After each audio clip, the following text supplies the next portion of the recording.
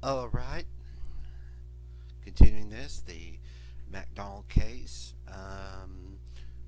recreation, Eastern District of North Carolina, Day 20, which was January the 16th, 1975. It was the United States, of course, versus Jeffrey R. MacDonald. The grand jury goes to 544 Castle Drive, along with William Ivory of the CID. Counsel for the government was there, Victor Woerheide and Thomas Stroud Jr. A little background: the grand jury in the United States versus Jeffrey R. MacDonald went to 544 Castle Drive to test the CID's findings from 5 years prior to the claims of Jeffrey R. MacDonald. William Ivory was back at 544 Castle Drive for the first time since the summer of 1970 to walk the grand jurors through the house. The tossing, tipping, and turning of the table has been done before by both William Ivory and his fellow agent in the CID at the time, Robert Shaw. Both said that they did it 20 to 30 times, back when they were processing the crime scene in February of 1970. Other people have went in there too, like Dr. Russell Fisher in May of 1970, Colonel Rock, and Captain Hammond Beale, the JAG officers at the Article 32 hearing, of course. Then the accused father-in-law, Freddie Kassab, in 1971. Paul Stombach was in the house too in 1974. And finally, 5 years later, a group of grand jurors go in here.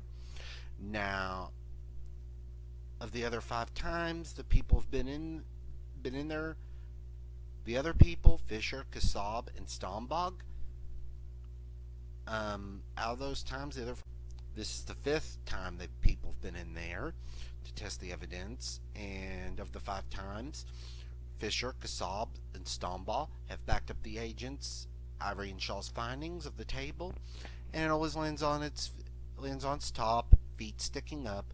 Only Colonel Rock and Hammond Beale's findings and attempts said different than the CID's. Now, there's no way we can show you this, but you can hear the discussions.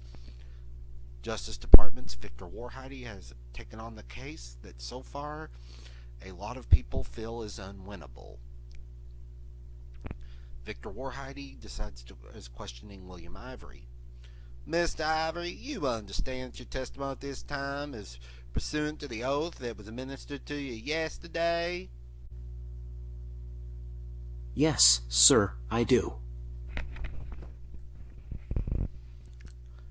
On the night in question, was a person in this neighborhood unloading his automobile during the intervals of time around 2, 3, 4 o'clock in the morning? Yes, sir, there was. Will you tell us about it? Where it was located and what you know about it? I cannot remember the name right now. Maybe Chester, I'm not sure.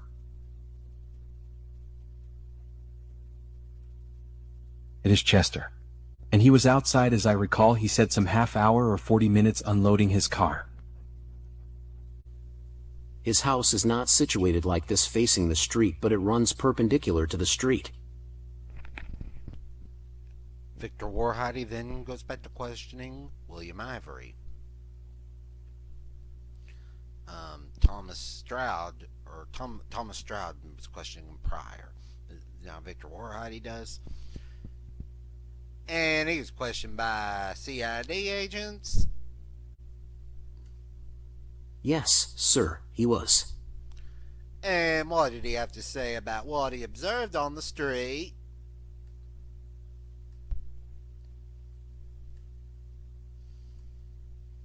He observed no traffic, no persons on foot, heard no sounds. It was a very normal, quiet night or morning. I noticed there's some kids outside, and you hear voices and noises in and out of their house here, and there's several people walking up above too. Mr. Ivory, is this the same rug in the same relative position that it was when you first entered the house on the morning of February 17, 1970? Yes, sir, it is. How about the dining room rug?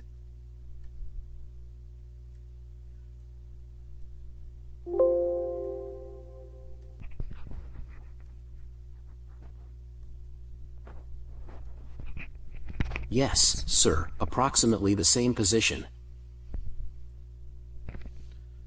And I wonder if you could locate the coffee table and the chair in the approximate position that you found them in. It was easy to see after all this happened where the table was because the dimples it makes in the carpet. This, as you see, is a pretty heavy table. It is solid wood. The chair had been in this position by the window because of these creases that were in the carpet from continued use of the rocking of the chair and sitting from the legs. Also, the angle was approximately like this of the chair. The table was approximately like that. There was a pair of house slippers there by the leg of the table, in fact, resting on the leg, on the side of the leg. There were magazines and newspapers and a child's game under the down edge of the coffee table, and there was a child's drawing on just a plain piece of bond typing paper. I guess, which rested now, let's see, like this, something like this. Without referring to photographs, that is as close as my recollection can bring me. To the coffee table. Well, now let's see if you can put the coffee table in the approximate location where those dimples were. Where it had been sitting on those marks and been left on the floor.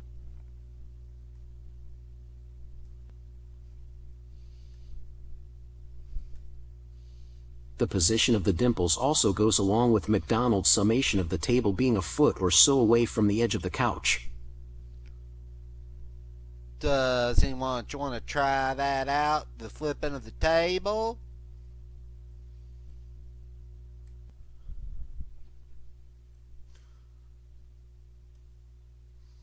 Put the magazines on the floor. You want to put them on the floor? Yes. We will put them on the floor. How many magazines were here anyhow?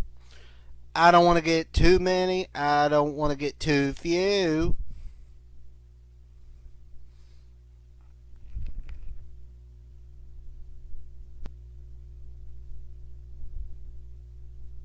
There were 6 under this leg. Is this close to 6?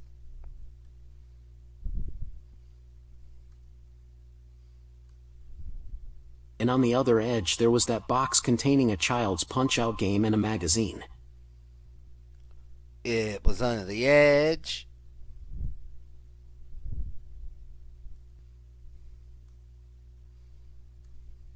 Yes, sir. Does anyone want me to change these things? Is it the approximate thickness of the magazines? What we have got down there now?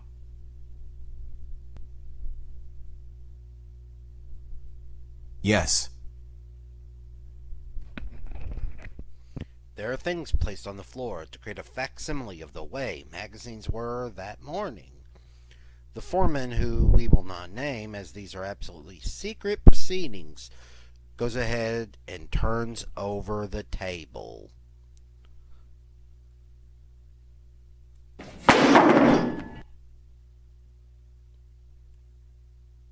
The table tipped over on its top, backing up the CID's claims.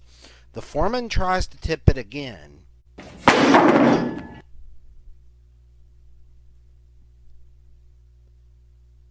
For the second time, the table falls on its top and legs up.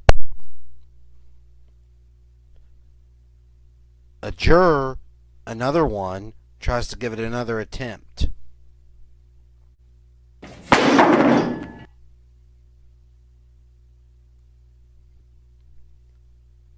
Third time isn't the charm, as the table falls on its top.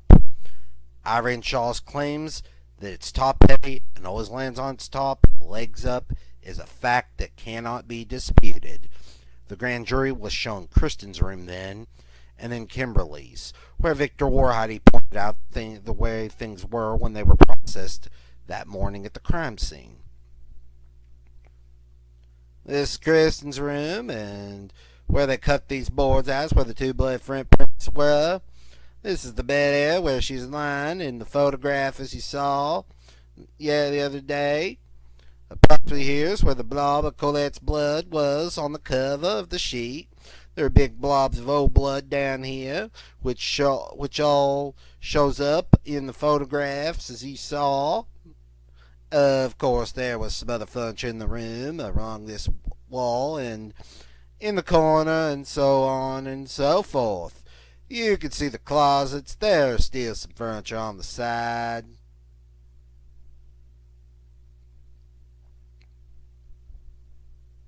This is Kimberly's room, and there was a board found here used as a bed slat that matches the board that was used as the club. Of course, there's other pieces of wood that were grossly similar to the club used in the murders. They finally got around to examine the bed slat sometime in 71, which the piece of wood used as a club was used to hold up the bed in the master bedroom, too. William Ivory of the Army CID shows them the linen closet where Dr. MacDonald kept medical supplies.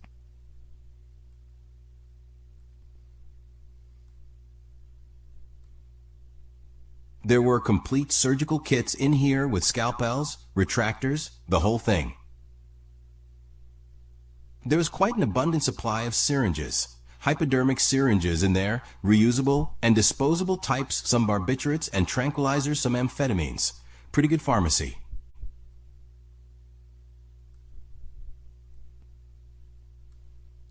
William Ivory in the master bedroom showed them around, and then he took... William Ivory was in the master bedroom and showed the jurors around, and he took questions from one of the jurors.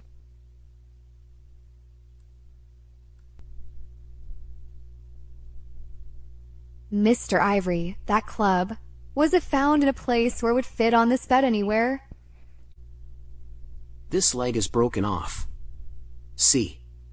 And this would have been about the same dimension if you were going to replace it.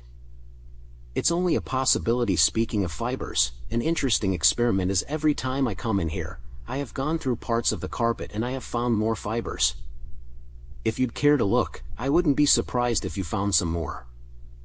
This is a fiber here as compared to a seam thread here. I'm sorry I didn't follow.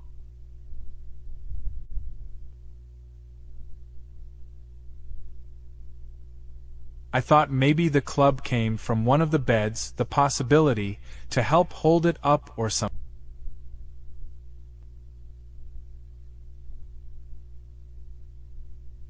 Okay. If you see this foot off the bed or leg, if you want to call that thing that is on the outside of the bed here, it's missing here on the north side. This is facsimile of the club. It's of the dimensions of the club and it is compatible with that missing leg. So the possibility is I can't say. I can speculate perhaps, but nothing more.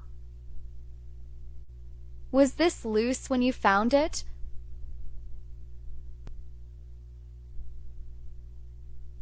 No. We took it apart.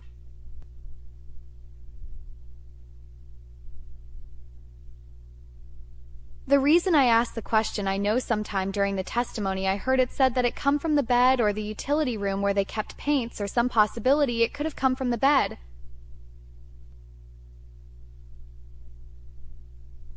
It is the correct dimension to make up for the missing leg.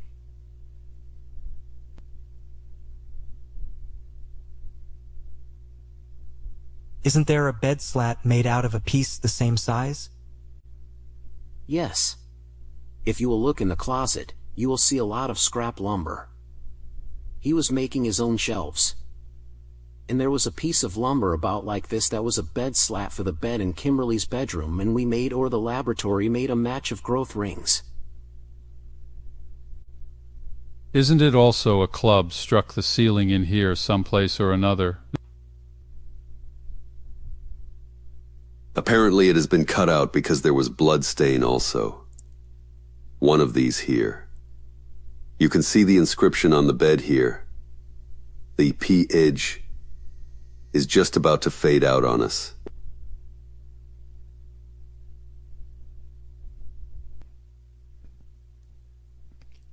With the walk through the house completed, the grand jury ended the session for the day. A side note, if you remember, Colonel Rockingham and Bill went there and conducted their experiment in August of 70 when they tossed, turned, and tipped the table. They said that it landed on its side. Dr. Russell Fisher, Freddie Kassab, Paul Stombog messed with that table one way or another. It was top heavy, almost always landed on its top and not its side. Now, the grand jury, regular everyday folk, went in there. Got to see the evidence, including getting to toss, tip, or throw that table 3 times. All 3 times it landed on its top. If you include the first time with Ivory and Shaw doing that, we have 6 people who've tried it. Shaw and Ivory said they did that 20 to 30 times, pretty much, and it almost always falls on its top. Doesn't fall on its side at all. I don't think they ever said it did. Dr. Fisher went in there in May of 1970. The table fell on its top when he tossed and threw it. Colonel Rockingham and Bill in August of 70 were the only ones. It was the only time that it fell on its side. Freddie Kassab in 1971 saw that the table fell on its top. Paul Stombog, Freddie Kassab went in there in 71 and saw that it fell on its top. Paul Stombog went through that house in 1974. What he did more than backed up the CID's findings. In fact, he moved stuff into direct evidence. The grand jury did the tipping, the tossing, and turning of that coffee table, and they backed up the CID's findings. So the question is, why didn't Victor Woerheide call Colonel Warren Rock and Hammond Bill to testify, to ask them what did they do different from everyone else? Who did the tossing, tipping, and turning over of the coffee table? Would be a great question to ask. But next, we will have a second testimony from Alfred, aka Freddie Kassab.